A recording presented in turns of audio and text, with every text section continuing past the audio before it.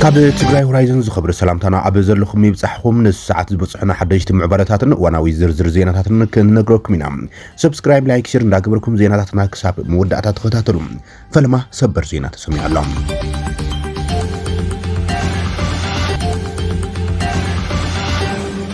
ህወሓት ድርድር ኣብዛሓተሉ መንግስቲ ፌደራል ወተሃደራዊ ስጉምቲ ኣብ ዶባት ጀሚሩ ተባሂሎም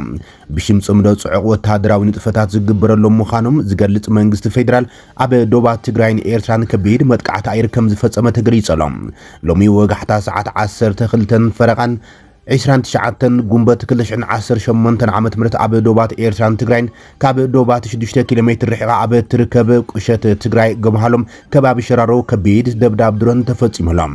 እቲ መጥቃዕቲ ኣየር ኣብ ዶባት እንታይ ዒላማ ዝገብረ ምዃኑ ዛጊድ ብንጹርን ብወግዕን ዝተባህለ ነገር ዋላ ይሃሎም ኣብ ልዕሊ ቃፍላያት TDF ግን ዒላማ ዝገብረ ከም ዝኾነ ተገሊጹ ዘሎ እቲ መጥቃዕቲ ድሮን ኣብ ልዕሊ ወተሃደራዊ ተሽከርከርቲ ቃፍላይ TDF ዘነጻጽረ ክኸውን ከም ዝኽእል ዝግምቱ ሓበሬታታት ማሕበራዊ መራኸቢታት ወጽሞሎም ሲቪሊያን እቲ ከባቢ ድማ ንሚድያት ኣብ ዝሃቦ ሓበሬታ ኣብቲ ከባቢ ሕዝውን ሓያሉ ድምጽ ነታዊ ከም ዝሰምዕን ዓቢ ናይ ሓዊ ቃጽሎን ሃልሃልታን ካብ ርሑቕ እናተረኣየ ከም ዘርፈደ ኣረጋጊጾምሎም እቲ መጥቃዕቲ ዝተፈጸመሉ ዞባ ሰሜናዊ ምዕራብ ትግራይ ኣብ ቀረባ ርሕቐት ከተማ ሽራሮም ብሓፈሻ ገምሃሉ ድማ ብፍላይ ኣብ ዝቀረባዋን ናይ ህዝቢ ምስ ህዝቢ ርክባት ትግራይን ኤርትራን ሰላማዊ ጽምዶን ዝተባሃለ መድረኽ ተኻይዱ ከም ዝነበረ ዝዝከር እዩ ኣብ ዝሓለፈ ሰሙን ድማ ዕጡቃት TDFን ገበነኛታት ጆኖሳይድ ትግራይ ዝኾኑ ወተሃደራት ሻዕብያን ብሓደ ወኻዓኻዓን ትብልን እንትተሓቃቆፍን ዝተረኣይሉ መድረኽ እውን ኣብቲ ከባቢ በቲ ዝተፈጸመ መጥቃዕቲ ድሮን ኣብ ልዕሊ ሰብን ንብረትን ዝበጽሐ ንጹር ጉድኣት ዛጊድ ኣይተጸብጸበን ዘሎ ገለ ዘይተረጋገጹ ምንጭታት ዜና ከም ዝብልዎ እቲ ኣብ ወረዳ ታሕታይ ኣድያቦ ገመሃሉ ዝተፈጸመ መጥቃዕቲ ድሮን ኣርሚ 13 TDF ዒላማ ዝገበረ ከም ዝኾነ ተገሊጹ ዘሎ እታ ድሮን ብውሕዱ 5 ግዜ ሚሳይላት ተኩሳ ዝብሉ እቶም ዘይወግዓውያን ሓበሬታት እቲ ደብዳብ ድሮን ካብ ሸራሮ ንኣንፈት ሰሜን ብመኪና ተጻዒኖም ንኤርትራ ይጓዓዙ ዝነበሩ ዝተባሃሉ ተሽከርከርቲ TDF እዮም ተጠቂዖም ዝብሉ ወገናትሎም በተኻሊ ገጽ ድማ እቲ ዒላማ መጥቃዕቲ ድሮን ኣብ ልዕሊ መኽዝን ኣጽዋር TDF ዒላማ ዝገበረ ከም ዝኾነ እውን ዝገልጹ ወገናትለው እዮም ድሕሪ ደብዳብ ዝኾነ ሰብ ናብቲ ከባቢ ከይንቀሳቐስ ብዕጡቃት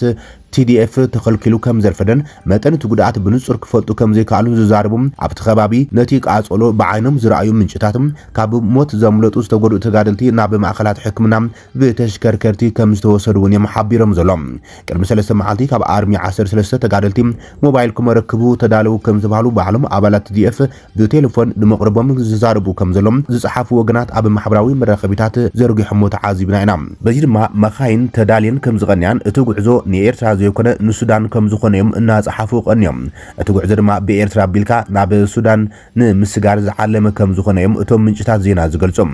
በተኻሊ ገጽ ድማ እቲ ልማዓልቲ ኣብ ልዕሊ ትሕዝቶታት TDF ዝተኻየደ መጥቃዕቲ ዛጊድ ብወግዓዊ ኣካል ዝርዝር ሓበሬታ ወይ መግለጺ ኣይተዋሃበሉን ዘሎ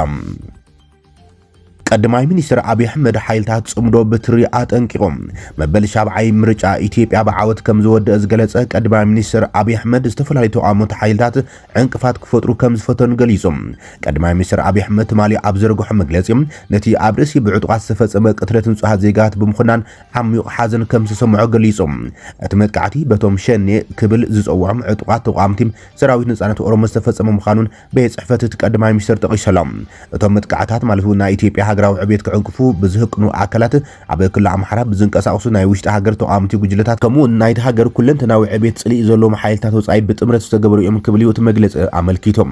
ኣብ ዝሓለፈ ሰንበትን ሶኒን ኣብ ክልተ ወረዳታት ምብራቕ ኣርሲ ብዝተፈጸመ መጥቃዕቲ 13 ሰባት ከም ዝሞቱን ሓደ ቤተክርስትያን ከም ዝተቃጸሉን ይግለጽ ፓትርያርክ ኦርቶዶክሳዊ ተዋህዶ ቤተክርስትያን ኢትዮጵያ ብፁዕ ቅዱስ አቡነ ማትያስ እውን ልብና ደሚ ብምባል ነቲ መጥቃዕቲ ኮኒኖም ኣሎም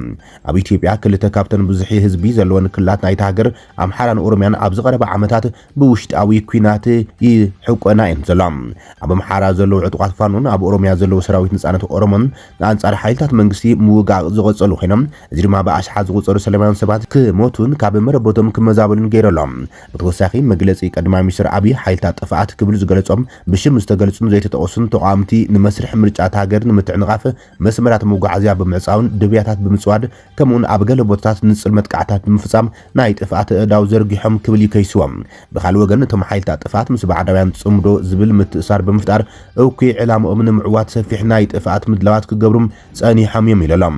ኣብ ዝቐረበ ዓመታት ምስ ኣዲስ ኣበባ ናብ ምትፍናን ዝኣተውን ኣብ ኩናት ትግራይ 2 ዓመት ኣንጻር ሕድሕዶም ደው ኢሎም ዝነበሩ መራሕቲ ትግራይን ኤርትራን ዘይወግዓዊ ጽምዶ ብምፍጣር ምቅራብ ፈጢሮም ከም ዘለዉ ይዝግለጸሎም ዘመዚ ፌደራላዊ መንግስቲ ኢትዮጵያ ብወገኖም መራሕቲ ህወሓት ምስ ኣስመራ ዘካይድዎ ዘለዉ ርክባት ጸረ ረብሓታት ሃገሮም ምዃኖም እዮም ዝምጉቱ ዘሎም ብወገን ኤርትራ ዛጊድ ብዛዕባ እቲ ምስ ህወሓት ዝግበር ዘሎ ርክባት ብወግዒ ዝተገለጸ ነገር የለን እዮም እንተኾነ ግና መንግስቲ ኤርትራ ናብ ውድብ ሕብራት ሃገራት ቅድሚ 2 መዓልታት ኣብ ዘርግሖ ደብዳበ እቲ ኣብ ዶባት ዝርከቡ ዝካየድ ዘሎ ጽምዶ ሓበራዊ ምሕዝነት ርክብ ህዝብን ህዝቢ ሰላማዊ ርክባት ዝያዳ ንምዕባይን ንምትባዕን ዝዓለመ ከም ዝኾነን ካልእ ፖለቲካዊ ይኹን ወተሃደራዊ ትርጉም ከም ዘይብሉ ገሊጽ እዮም ኤርትራ ኣብቲ ናይ 2 ዓመት ኩናት ኣብ ጎኒ መንግስቲ ኢትዮጵያ ኮይና ኣብ ልዕሊ ትግራይ ከቢድ ጆኖሳይድ ዝፈጸመት ኮይና ካብ 2022 ስምምዕነት ፕሪቶሪያ ምፍራሙም ነቲ ርክብ ሙሉእ ብሙሉእ ተበላሽዩ ቀንዲ ምኽንያት ናይዚ ድማ አብይ አሕመድ ምስ ሓይልታት ትግራይ ስምምዕነት ሰላም ብምፍጣር ክሒድኒ ብምባል አንጻረይ ክዋጉኡ ይኽእሉ እዮም ዝብል ፍርሒ ኣብ ሻዕብያ ብምፍጣር እዩ ስዒብ ድማ ኣፍ ደገ ባሕሪ ሕቶ ምልዓል ካብ ኢትዮጵያ ስዒቡ ምስ መንግስቲ ኤርትራን አዲስ አበባን ዘለዉ ርክባት ሙሉእ ብሙሉእ ተበላሽዮም እዮም ህወሓት ቅድሚ ሓደ መዓልቲ ኣብ ዘርግሖ መግለጺ ፌደራላዊ መንግስቲ ንትግራይ ናብ ዳግማይ ዕጽዋይ እተዋ ከም ዘሎ ብምኽሳስ ከም ሳዕቢን ማሕበራውን ቁጠባውን ቅልውላው እናገደደ ይኸይድ ከም ዘሎ የከሲሱ እቲ ኣብታ ሃገር ናብ ዘለዎ ኤምባሲታትን ዓለም ለኻዊ መሻርክትን ዝተጻሓፈ ህጹጽ ጻውዒት አንጸራልዩ ዘሎ ዕናው ኩናት ንምውጋድ ብእንግሊዝኛ ዝወጸ መጠንቀቕታ ሓይልታት መንግስቲ ኣብ ዙርያ ትግራይ ተኣኻኽቡ ከም ዘሎ ይገሊጹ እቲ ናብ ዲፕሎማስያዊ ልኡኻትን ዓለም ለኻዊ መሻርክትን ብዝብል ዝወጸ ጽሑፍ ወግዓዊ ማሕተም እኳ እንተዘይሃሎም ወሃብ ቃል ህወሓት ሚካኤል ኣስጎዶም ግን እቲ ጽሑፍ ናይ ህወሓት ከም ዝኾነ ይገሊጾም ኣግራዊ ሰራዊት ምክልኻል ኣብ ከባቢታት ደቡብ ትግራይ ዘካየደ ዘሎ መጠነ ሰፊሕ ምውዳብ ነቲ ጸበባ ይጋደሎ ዝብል መግለጺ ህወሓት ንጹር መርትዕታት ይኹን ዝርዝር ሓበሬታ ይሃበን እዮም ሓይልታት ምክልኻል እቲ ሃገር ኣብ ጎረባብ ትክላት ኣምሓራን ዓፋርን ካብ ቀደመት ሒዞም ከም ዝጸንሑ ዝፍለጥ ኮይኖም ብፍላይ ኣብ ክልል ኣምሓራ ዝርከብ ሰራዊት ኢትዮጵያ አንጻር ጉጅለ ዕጡቃት ፋኖ እናተዋግኡ እዩ ዘሎ ኣብ መንጎ ኣዲስ ኣበባን መራሕቲ ህወሓትን ተፈጢሩ ዘሎ ውጥሪ ናብ ዘይድል ረጽብን ግጭትን ከየምርሕ ስጋኣት ፈጢሩ እዩ ዘሎ ገለ ወተሃደራዊ ተንተንቲ ሃገር ግን እቲ ኣብ ዝቐረበ ዓመታት ክካየድ ጸንሐ ዳርባ ቃላት ካብ ፕሮፓጋንዳ ዝሓልፍ ኣይኮነን እዩ ዝብሉ ኣለዉ እዮም እንተኾነ እቲ ምትፍናን ዛጊድ ኣብቲ ክልል ቀሊል ዘይኮነ ማሕበራዊ ቁጠባዊ ጸገማት ኣስዒቡ እዩ ዘሎ መግለጺ ቤት ጽሕፈት ቀዳማይ ሚኒስትር ብዛዕባ እቲ ዝሓለፈ ሰኒ ዝተኻየደ ሃገራዊ ምርጫ ብዝሃቦ መብርሂ ብዛዕባ ሓቅነት ናይቲ ምርጫ ሕቶ ንዘልዕል ዝኾነ ኣካል ዘይወላውሉ ምላሽ ይበላ ይብል ኣብቲ መስርዕ ካብ 10,400 ንላዕሊ ን42 ፖለቲካውያን ሰልፍታት ወኪሎም 80 ድማ ብውልቆም ዝተሳትፉ ሕጽያትን ሃገራውን ክልላዊ ባይቶን ከም ዝተወዳደሩን ጠቒሶሎም እቲ ምርጫ ንተቃውምቲ ማዕረ ዕድል ሓርነትን ዘይሃበ ምንባሩ ዝነቕፉ ወገናት እውን ምላሽ ዝሃበ ኢልዎም ኣቐዲሙ ውጽኢቱ ዝተወሰነ እንተዝነብር ካብ 37 ሃገራት ዝተዋጽኡ 83 ናጻ ተዓዘብቲ 65299 ኣብ ውሽጢ ሃገርን ዘለዎም ሲቪካዊ ማሕበራት ዝወከሉ ተዓዘብቲ ወይ ድማ 1100 ኣፍልጦ ዝተዋሃቦም ዓለም ለኻውያን ጋዜጠኛት ምዕዳም ኣይመድለይን ነይሩ ይብል እንተኾነ ተሓለቕቲ መስላት ሰብ መዝጸታት ሃገር ኣብ ልዕሊ ጋዜጠኛት ብሕቲ ማእሰርትን ምስዋርን ዝርከቦም ምጋስ መስላት ክፍጽሙ ከም ጸኒሖም ዝኸሶም እዚ ከም ኢሉ እንከሎ ድማ ድሕሪ ናይ ኣስታት ሓደ ዓመት ስቕታን ጽምዋን ሕብረት ኣፍሪቃ ስምምዕነት ፕሪቶሪያ ኣተገባብሩን ኣፈጻጽሙን መሰረት ዝገበረ ምስ መዳርግቲ ኣካላት ኣውሮፓውያን ሃገራት ዘተ ከም ዝገበረ ተፈሊጦሎም ሕብረት ኣፍሪቃ ብፕሬዚደንት ነበር ናይጄሪያ ኦሉሴጉን ኦባሳንጆ ቢሉም ሓድሽ ጻዕርታት መስርሕ ሰላም ስምምዕነት ፕሪቶሪያን ምጅማር ውጥን ከም ዘሎ ዘመልክት ምዕባለ ተሰሚዑሎም ኣብቲ ጉዳይ መሰረት ብምግባር ሰበስልጣን ሕብረት ኣፍሪቃ ምስ ወከልቲ ሃገራት ዓባይ ብሪጣንያን ሃገር ኣውስትራልያን ተዘራሪቦምሎም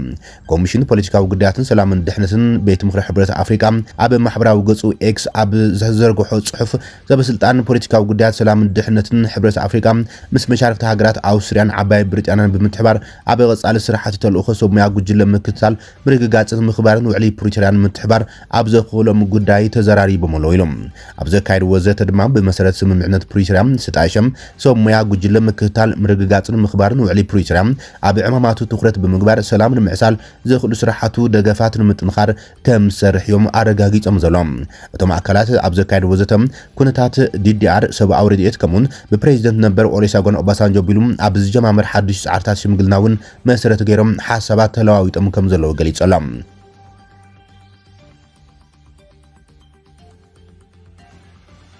ብማይ ጽምኢ ዝሞቱ 49 ሰባት ኣብ ሓደ ጉድጓድ ተቐቢሮም ሓደገኛ ጉዕዞ ሳራ ኣብ ምግባር ዝነበሩ ብጽምኢ ዝሞቱ 49 ሰባት ኣብ ሓደ ጋህሲ ከም ዝተቐበሩ ተገሊጾም ኣብ ሰሜናዊ ኒጀር ኣብ ዝመሓደር ክፋል ምድረ በዳ ሳራ ኣሳፊራቶም ዝነበረት ዓባይ መኪና ሎሪ ብምብልሻም እንተወሓደ 49 ሰባት ብጽምኢ ህይወቶም ከም ዝሓለፉ ሰበስልጣናት ገሊጾም እዞም ሰባት ኣብ ማሊ ዒድ አልዓድሓ ምስ ስድራቤቶም ሕሊፎም እናተመለሱ ሓደጋ አጋጢሞም ካብቲ ኣብ መንጎ ኒጀርን አልጀሪያን ዝርከብ ዓቢ መሰጋገሪ ዓሳማ ካብ ወገን ምዕራብ 80 ኪሎ ሜትር ርሒቆም እዮም ሓዲግ ተሪፎም ኣማሓዳሪ ኣጋድዝ ክገልጽ እንከሎም እቶም ተጓዓዝቲ ኣብ ትልዕል ዋዕን ሕጽረት ማይን ዘሎ ሕስም ከባቢ ሓዲግ ምትራፎም ህይወት ንምድሓን ኣዝዩ ኣጸጋሚ እዩ ኢልዎም ካብ ኩሎም ክልተ ሰባት ጥራሕ ድሒኖም ነቲ ምድረ በዳ ብእግሮም ኣቋሪጾም ድማ ናብ ዓሳማካ ብምብጻሕ ንሰበስልጣን ሓቢሮም እዮም ኢሉ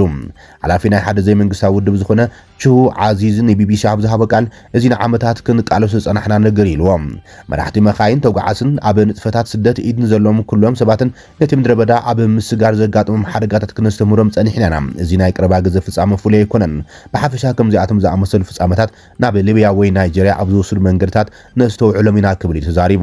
ኣብዚ ናይ መወዳእታ ፍጻመ እቲ ዓባይ መኪና ቴልሃንደክ ካብ ትበሃል ከተማ ማሊ እኳ እንተነቐለት ካብቲ ክትሕዞ ዝነበራ መስመር ወጻኢ ኣንፈታ ከም ሰሓደት ኣማሓዳሪ ኣጋድዝ ገሊጾም መራሒ መኪናን ተጓዓዝን እታ መኪና ንምጽጋን ንሓያሎ መዓልታት ደጋጊሞም እኳ እንተፈተኑ መወዳእቲ ግን ኩሉ ጻዕርታቶም ኮንቶ ኮይኑ ተሪፉም እቲ መግለጺ ወሲኹ ከም ዝሓበሩ ማይ ምስኣኑን ነታ መኪና ከይጸገንዋ ምስተርፉን መብዛሕትኦም ህይወቶም ከድሕኑ ኣይከኣሉን ዓሰርታት ሬሳታት ኣብ ትሕቲ እታ ደው ዝበለት መኪና ከባቢኣን ተረኺቦም ኢሎም እቶም ግዳያት ኩሎም ዜጋታት ኒጀር ኮይኖም ብጉጅለ ህይወት ኣድሕን ኣብቲ ከባቢ ኣብ ሓደጋ ጋህስዮም ተቐቢሮም እቲ ጉጅለ ኣድሕን ካብቲ ከባቢ ክምለሱ እንከሎም ብስንኪ ብልሽት ባትሪ ንሰለስተ መዓልታት ሓዲግ ዝተረፈት ልዕሊ 60 ሰባት ጽዓነት ካልእ ሎሪ ከም ዝረኸቡ ገሊጾም እታ መኪና ካብ ደቡብ ኒጀር ልዕሊ 300 ኪሎ ሜትር ርሒቓ ካብ ትርከብ ሃሩባ ትበሃል ከተማ ማሊ ዝነቐለት ምንባራት ማሕዳር ገሊጾሎም እቶም ወተሃደራት ኒጀር ዝነበርዎ ጉጅለ ህይወት ኣድሕን ነቶም ደኺሞምን ተጨኒቖም ዝነበሩ ተጓዓዝቲ ማይ ብምስታይ እታ መኪና ክትጽገን ብምሕጋዝን ጉዕዞኦም ብሰላም ክቕጽሉ ገይሮም ምድረ በዳ ኒጀር ዋላ እኳ ከምዚ ዝኣመሰለ ተረጋጋሚ ሓደጋ እንተጓነፈም ካብ መላእ ምዕራብ ኣፍሪቃ ናብ ኣውሮፓ ክበጽሑ ዝደልዩ ስደተኛታት ዓቢ ናይ መሰጋገር መስመር እዮም ናብዚ መስመር ቀረባ ናይ ዝኾነት ከተማ ኣጋድዝ ኣማሓዳሪ ከም ዝበሎም እዚ ሕሰም እዚ መንእስያት ክሳብ ክንደይ ናብ ሓደጋ ዝተቃልዑ ምዃኖም ዘጉልህዩ እዞም መንእስያት ህይወቶም ንምቕያርን ዝሕሸ ናብራ ንምእላሽን ብሓደገኛ መንገዲ ክሓልፉ ዝፍትኑ ዝነበሩ እዮም ኢልዎም ሓይልታት RSF ሱዳን ኣብ ዞባታት ካርቱም ደቡብ ኮርዶፋን ሰሜናዊ ናይልን ከበድቲ መጥቃዕታት ድሮን ኣብ ልዕሊ ትሕዝቶታት ሰራዊት ፈጺሞም RSF ኣብ ዝተፈላለዩ ከባቢታት ሃገር ኣብ ዝርከቡ መደብራት ሰራዊት ሱዳን ዝተዋለደን ሰፊሕን መጥቃዕታት ሰብኣዊ ኣልቦ ነፈርቲ ተካይደሎም እቲ ንኣስታት 3 ዓመት ኣብቲ ሃገር እናተኻየደ ዘሎ ዕናዊ ኩናት ሕዚ ክልቲኦም ወገናት ስትራቴጂካውን ቀተልትን ሰብኣዊ ኣልቦ ነፈርቲ ክጥቀሙ ብምዃሎም ናይ ምትዕንቃፍ መስርሕ ሰላም ተስፋ ኣበጊሰሎም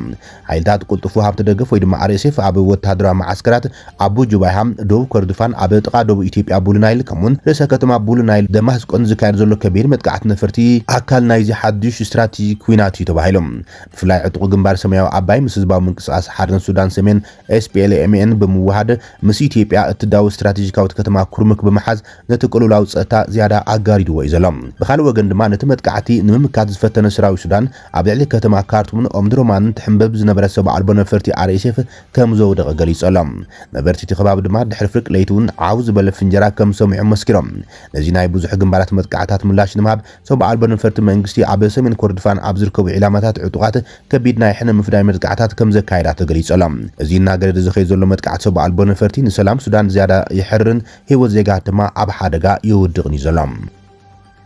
كبراتن فتواتن تخاتل زيناتاتنا نيس عزبلنا محدشتي معبالتاتن وانا وزيناتاتن زازيمنا نمكتالكم نمسجن سلام